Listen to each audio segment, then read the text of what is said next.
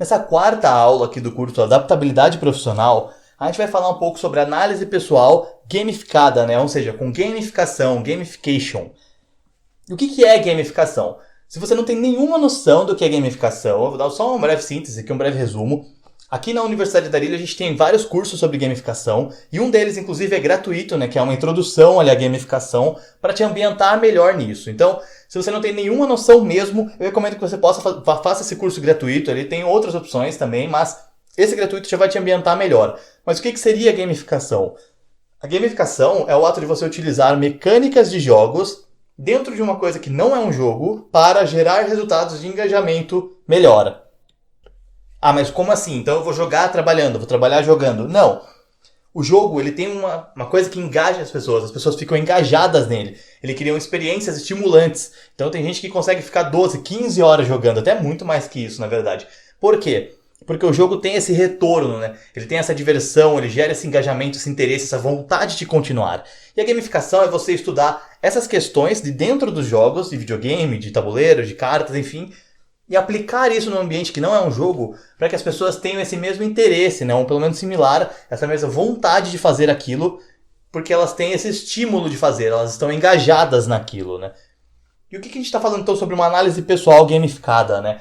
Primeiramente, isso serve tanto para você, quanto para as pessoas que trabalham com você no seu ambiente profissional. O que seria isso? Uma análise pessoal é uma avaliação analítica, né? Você observar alguém, ou se observar, e definir o que essa pessoa tem de melhor e de pior. Gamificada por quê? Porque nós vamos usar mecânicas de jogos de RPG, ou seja, de Role Playing Game, que é um estilo de interpretação de personagens, que tem atributos. E esses atributos eu vou utilizar aqui como base para essa mecânica de jogo aplicada, para esse ambiente de gamificação que a gente está criando, para que a gente possa fazer uma análise pessoal sua, né? Você pode fazer uma de você mesmo, ou das pessoas que trabalham com você. Por quê, né? Para que isso serve? Se você faz essa análise pessoal corretamente, você consegue entender aonde você funciona melhor, né? Aonde você poderia estar aplicando melhor, o que você tem de bom, o que você tem de fraqueza, né? Qual a sua dificuldade, qual o seu ponto forte. E se você faz isso com as pessoas ao seu redor, você numa posição de liderança, por exemplo, você consegue definir melhor aonde posicioná-las. Então essa análise ela é muito produtiva para a empresa, muito produtiva para o ambiente de trabalho como um todo, porque permite que você não coloque pessoas que têm dificuldade em uma área nessa área. E que você coloque pessoas que têm muito ponto forte de uma área para forçar essa área a crescer. Então é muito importante fazer essa análise, né? E como que funciona mais ou menos isso? Dentro do RPG, desse jogo que eu citei de exemplo, você tem um atributo. Então você tem uma ficha de personagem ali no caso, se você estiver jogando RPG de mesa, ou você tem os atributos ali digitais dentro de um jogo eletrônico. E esses atributos, eles definem o quanto o seu personagem é bom naquilo. Então, dentro desses jogos, geralmente você tem lá o ataque, a defesa, a velocidade. Quanto mais velocidade ele tem em número, tá, eu tenho 100, então quer dizer que ele é mais rápido do que alguém que tem 80. Óbvio, né? Beleza. Se ele tem 150 de ataque e a pessoa tem 70 de defesa, isso quer dizer que ele vai conseguir fazer uma ofensiva melhor e aquela pessoa vai se proteger não tão bem. Deu pra entender? É só um conceito básico, tá? A gente não precisa aprender a questão do jogo aqui. O que a gente vai usar então? Os atributos que a gente vai utilizar, eles têm que ser adaptados à nossa realidade profissional. Então a gente vai fazer mais ou menos uma ficha da pessoa que está passando por essa análise pessoal gamificada. Vamos supor que você está fazendo de você mesmo, tá? Nesse momento seria o ideal para que você aprenda mais sobre isso, para que você consiga aplicar e entenda um pouco melhor sobre a sua própria posição mesmo, tá bom? Então vamos lá, você tem lá você, o seu nome, e vamos supor aqui, eu vou dar como exemplo alguns atributos, que dentro do meu ambiente de trabalho eu preciso de algumas características, né, que são ressaltadas ali. Eu preciso saber quão bom você é nessas características, ou quão bom eu sou, né, dentro desses atributos. Então os atributos que eu escolhi foram, para esse exemplo, né, proatividade, trabalho em equipe, liderança, gerenciamento de tempo, comunicação e inteligência emocional. Então beleza, eu escolhi esses 6 atributos, e aí essa é a minha ficha de personagem. Eu vou anotar os 6... certo? Vou colocar lá meu nome, Rodolfo. Então, Rodolfo, dentro desses 6 atributos, o quão bom ele é. Agora, a gente vai fazer essa análise através de indicadores, né? Então, a gente vai ter uma métrica, um número para aquilo. É uma coisa que você consegue medir com certeza? Eu tenho 1,80 m de altura. Eu tenho certeza disso, certo? É uma coisa que eu posso medir com precisão cirúrgica? Não é. É da mesma forma que você vai abrir uma revista de vinhos e vai encontrar uma nota do vinho. 9,5 do vinho. Isso é É uma métrica que ela é real, que ela é cirúrgica? Não. Pode ser que uma pessoa vá lá e fale, nossa, esse vinho é muito bom, é 10. E outra pessoa tome e fale, não gostei, é 8. Então isso pode acontecer, é muito comum. Mas essa métrica ela ajuda você a se nortear, a se orientar. Então o que você vai fazer? Dentro do meu ambiente de trabalho, o quão bom eu sou de proatividade? De 1 a 5 ou de 1 a 10, sei lá. Vamos trabalhar aqui de 1 a 5.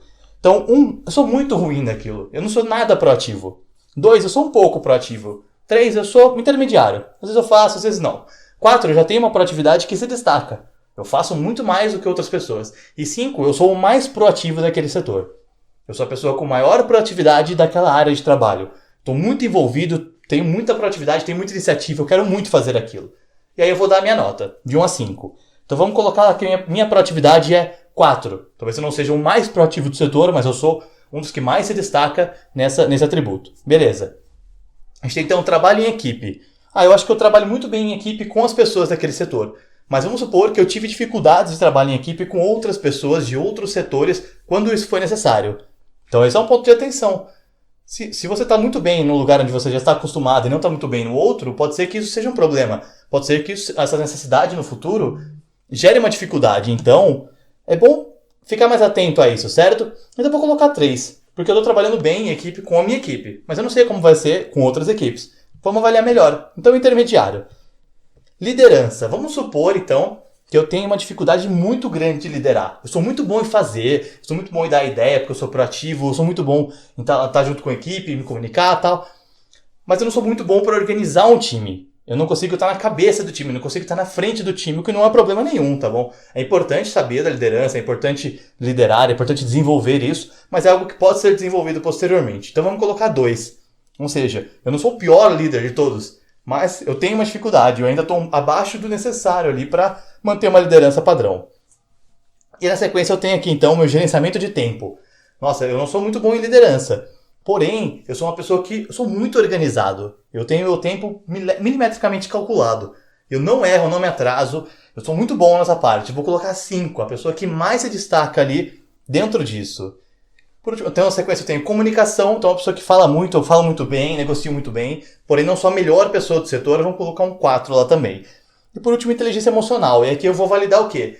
Eu tive muitos problemas emocionais, tive conflitos com as pessoas, tive dificuldade de relacionar alguma coisa, de resolver alguma coisa emocionalmente falando, né? Como que eu sou dentro disso, como que eu lido com essas coisas. E eu vou dar minha nota lá também. Vou colocar 3 ali só pra gente fechar. Então beleza. Agora eu analisei com indicadores isso, certo?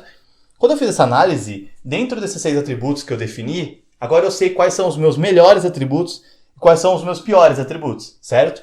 Então eu sei, no caso, que a minha maior dificuldade é com liderança. E eu sei que um dos pontos fortes que eu tenho é o meu gerenciamento de tempo. Se eu gerencio muito bem o tempo e tenho dificuldade com a liderança, eu posso treinar a minha liderança e aí o meu tempo vai ser bom, porque é uma coisa que eu já faço muito bem, certo? Então se eu tiver uma capacitação de liderança, pode ser que em algum momento eu seja um líder muito bom por ser organizado, certo? Se fosse o contrário também, pode ser que eu seja uma pessoa com uma liderança muito boa, mas que tem uma péssima organização. Se eu olho para isso e eu entendo isso, eu consigo me capacitar para gerenciar tempo e realocar o meu ponto forte ali no caso de liderança para encabeçar um projeto, entendeu? Então, ou eu posso colocar uma pessoa que lide muito bem com o tempo para me auxiliar com aquilo. Ou no caso da ficha que eu fiz aqui agora, por exemplo, eu posso colocar uma pessoa que seja um líder muito bom mesmo de liderança, para me acompanhar enquanto eu organizo a questão de gerenciamento de tempo. Então é isso, sabe? Essa análise ela serve para isso, para nortear. Isso aqui não é um jogo, não é uma coisa que define 100%, mas ela orienta você. Quando você faz essa análise, você definiu os atributos, você se encontrou ali por indicadores, numericamente falando, você sabe quais são os seus pontos fortes, você sabe quais são os seus pontos fracos, limitantes, você sabe o que você precisa melhorar, você sabe aonde você tem mais para agregar, você sabe aquilo que você faz de melhor. Então se a minha comunicação é maior do que tudo, eu tenho que estar na área que lida com o cliente, eu tenho que estar me relacionando com o cliente, entendeu? Se a minha liderança é muito alta, eu tenho que estar na ponta de cabeça, eu tenho que estar ajudando pessoas a serem melhores também, entendeu? Se o meu trabalho em equipe é muito bom, eu preciso estar junto com os times mais desenvolvidos, com os times mais acelerados. Se a minha inteligência emocional é muito boa, eu preciso estar lidando com dificuldades que me colocam sob pressão, porque eu consigo lidar com isso. Eu consigo lidar com isso melhor do que alguém que às vezes comunica muito bem, mas que tem dificuldade emocionalmente falando.